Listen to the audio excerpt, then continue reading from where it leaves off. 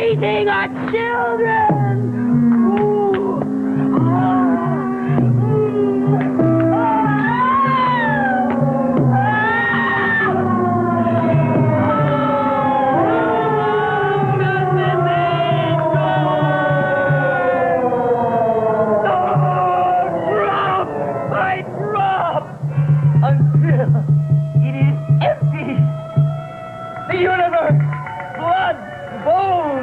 Like a vapor, it comes, it disappears in a flash. Vietnam! Chicago! Hurricane in the eye of a hurricane! I look out through a lightning bolt, diving into the sea! Outside of Pakistan!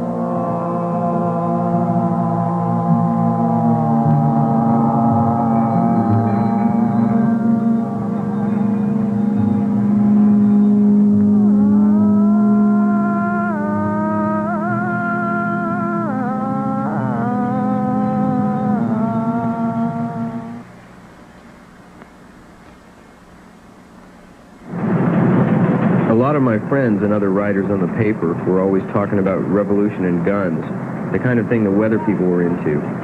I'd talk with them and read their stuff, but it really wasn't my trip. But now I don't know. People's Park was really fantastic. We were working together, having a good time, and really creating something, until the pigs came down on us. And when they did, the park was such a good thing, it just seemed natural to defend it. And people started getting killed, not just here, but in other places too. Some kind of total revolution seemed necessary. Leary still thought acid was the answer, so I went to hear what he had to say. Just standing there with an expanded consciousness while I walk all over you doesn't seem like any answer. It finally gets down to a question of power.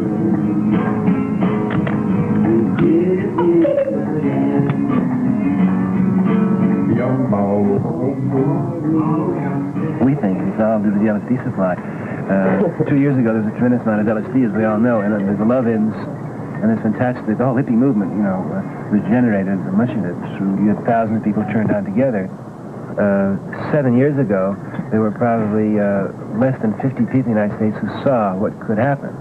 And they, because of the righteous energy they were generating, their family members and their friends, turning on people, and if it's gone that way, as every cellular thing does, 1, 2, 4, 8, 16, Ken Kesey was doing it here, Allen Ginsberg's going around the country doing it all the time.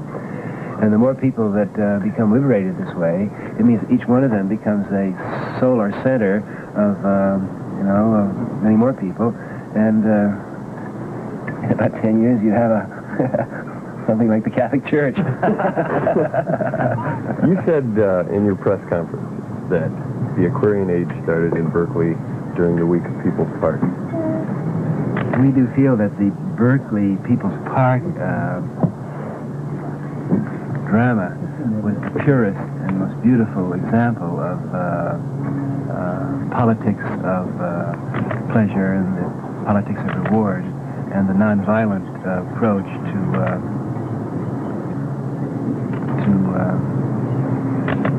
social problems of the time.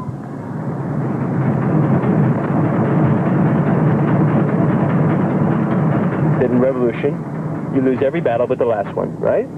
That's what Rosa Luxemburg said. In a revolution, you lose every fucking battle but the last one. Because, like, the ruling class ain't going to give you nothing.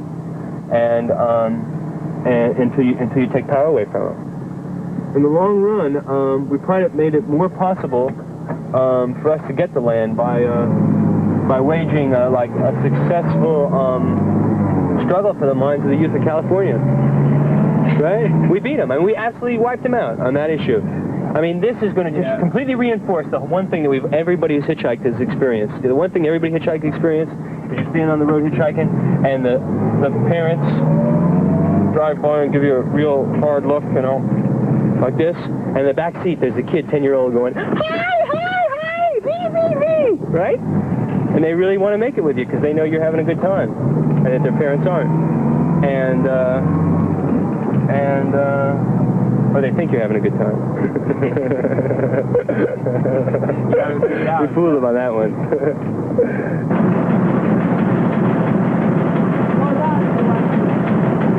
Some people at the paper didn't want to get into heavy political hassles, but just wanted to get more control of their lives. A lot of people just split for the country and started communes, stuff like that. Most of them lost touch with the paper, but some, like Sandy and Jeannie and Bobby, wrote articles and sent them in.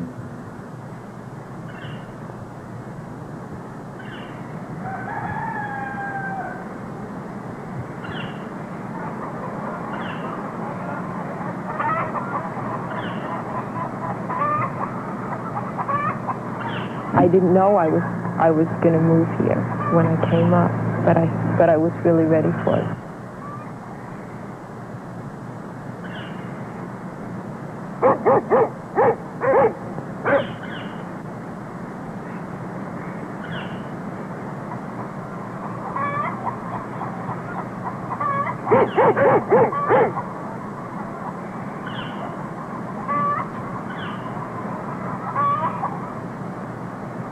But like, I got here and somebody said, sure, stay with us and see what happens. And that was Peter. And the next day, I talked to his old lady, Buffy, and she was like pregnant. And she was about to have her baby any day, and she was going to have it at home.